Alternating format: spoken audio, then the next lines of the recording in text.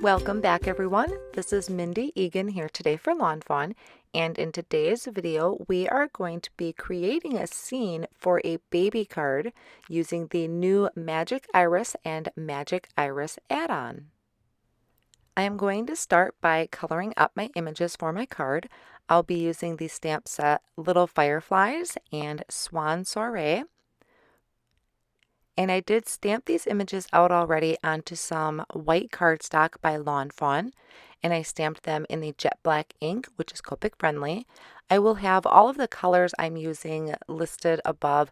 I do speed through the coloring quite a bit just because this is an interactive card, which takes a little bit more time, so I wanted to make sure I included everything in here for you. Now the fireflies, I colored all at once, and the same with the cattails. I just went through and added the same color to each one. It just helped speed up the process. And for the swans, they're white, and I did Google the colors for each of these and their babies, and white can be kind of tricky. What I'm using for them are some W's, so the warm grays. I did W2, 1, 0, and 00, and I'm just adding a very light amount of this to the swans. I didn't want them to look dirty in a sense, but once you get them added to the scene, it really pulls it together where it looks like they're white and you are seeing them as shadows. So once I have all of those colored in, I'm going to take the coordinating die for each of these, hold it in place with the low tack tape, and run that through my die cut machine. And since I did have multiples of the cattails and the fireflies, I went ahead and removed the die and then ran those back through my machine to cut each of those out. I'm going to start working on my scene first. I'm going to ink blend some Distress Oxide colors onto a piece of white cardstock. This is 4 1/4 by 5 1/2, starting with the blueprint sketch.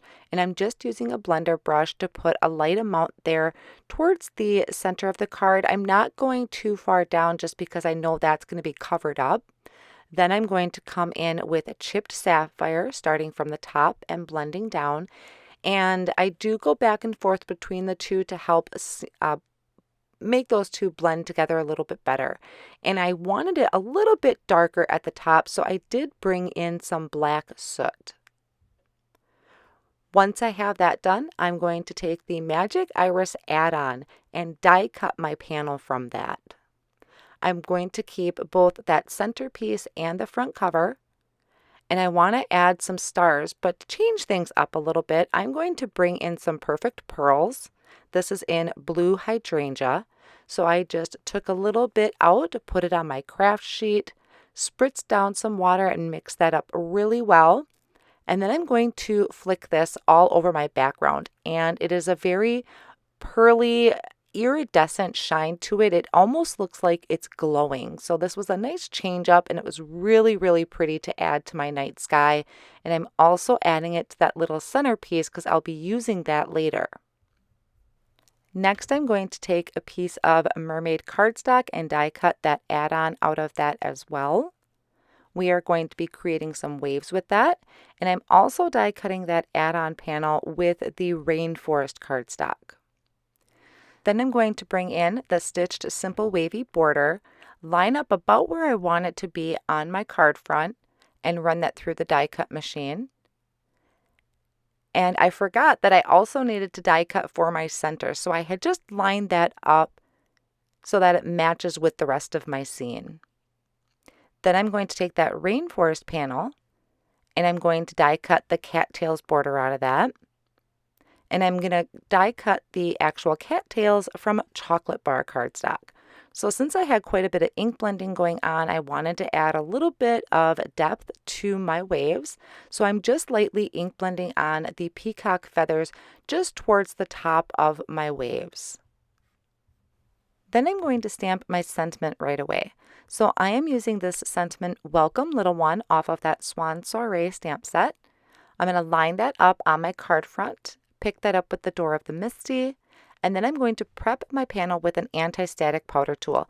This just helps so the embossing powder only sticks to my embossing ink. so that I can ink up my sentiment, close the door, and lightly press down to stamp that down. And I am going to stamp it again a second time just to make sure that I have good coverage. Then I can sprinkle on the Lawn Fawn white embossing powder, and I'll heat that with my heat tool, and this stands out so nice against that dark background that I created. Now I'm going to work on some of the assembly of my card front. So I added my cattails on. Then I'm going to add on my waves, and I'm not going to push down all the way at the top. I want to put my little cattails, tuck them back there. So just using some liquid glue, and that way I can just carefully peel back that top wave and tuck those in, adding some fireflies around the area and up by my sentiment. Then I'll be working on adding my swans. Now there's 2 swans I set off on the side, the mama and the baby, but I have the other one down below with 2 other little babies, and then I'm going to have the cattails on top of that. So once I have that done, I'll kind of just set that off on the side and work on this centerpiece. This is what's going to show when my magic iris opens. So I added that little bit of wave piece that I die cut, and then I'm adding the mom and the baby just with the liquid glue. So I love how this scene is coming together. Now I can work on the actual interactive part. So I have the 3 circles cut from white cardstock. I have the 3 hot dog shapes cut from the white cardstock, 3 of the stabilizers, and then also the piece for the actual mechanism to open our magic iris. So starting with just one of the circles, I'm going to die cut that flux capacitor. I'm sorry, I love that description. That makes me smile. I absolutely love how Kelly called it the flux capacitor. So I'm lining that up in the center of this circle, holding that in place with the Post-it tape and running that through the die cut machine. Now, when my iris was opening when I was testing this, I could see the white edges of this. You could use dark cardstock, but I decided to just take some of that chipped sapphire, and I'm just ink blending the very inner edges of that circle. That's just going to match my scene. I'm also doing that to the 3 hot dog shape pieces that I have. I'm making sure to stay away from that X that is die cut on there. I wasn't sure how well a glue dot would stick to it, so I stayed away from that. That way, this also is going to match my sky. So taking those tabs, I'm going to insert into the slots that we die cut, and we can see that that's shaping around that inner circle.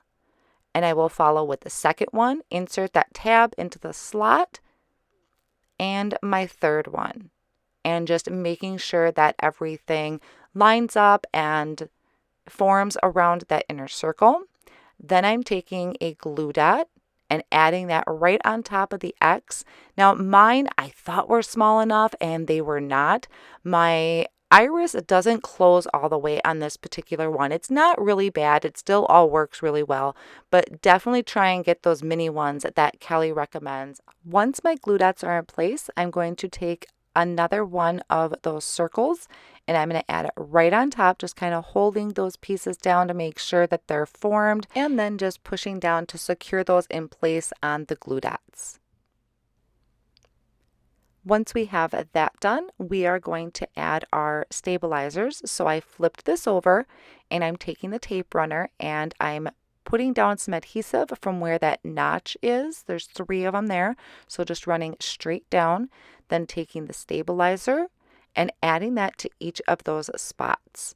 Now, I really like the tape runner because if I put too much down, I can kind of move that with my finger, remove a little bit of that excess tape runner, and then we can flip this over, and we are going to add our tab. So just picking one of those stabilizers, going right next to it, lining up the curved edge of our tab with the curved inner circle part, making that small V at the very bottom, and then I can push down to attach that.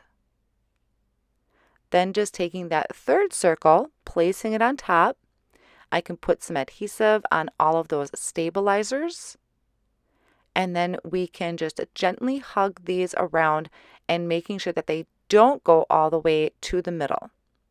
So on each of those, just gently folding those in and pushing down. Once that is done, I will give it a test run to make sure that everything is working. And once I'm satisfied with that, then I'm going to take the additional piece that needs to die cut my arrow. And I'm going to take, I had a spare white circle from one of my pieces I had die cut.